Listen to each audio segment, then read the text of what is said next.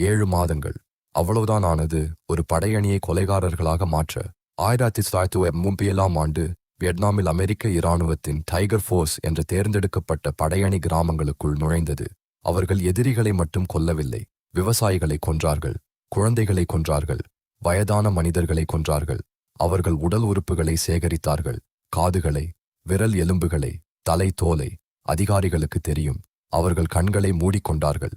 Pentagon விசாரணை நடத்தியது. உண்மை கண்டுபிடிக்கப்பட்டது. பிறகு அந்த கோப்புகளை 35 ஆண்டுகள் மறைத்து வைத்தார்கள். 1930 டொலேடோ பிளேட் என்ற செய்தித்தாள் இந்த உண்மையை வெளியிட்டது. புலிட்சர் பரிசு கிடைத்தது. ஆனால் ஒரு வீரர் கூட கைது செய்யப்படவில்லை. ஒரு நீதிமன்றமும் இந்த வழக்கை கேட்கவில்லை. இது போர்க்களத்தில் நடந்த தவறு அல்ல, இது அனுமதிக்கப்பட்ட படுகொலை. மேலிருந்து கீழே வரை சில உண்மைகள் மறைக்கப்படுவதில்லை, அவை புதைக்கப்படுகின்றன.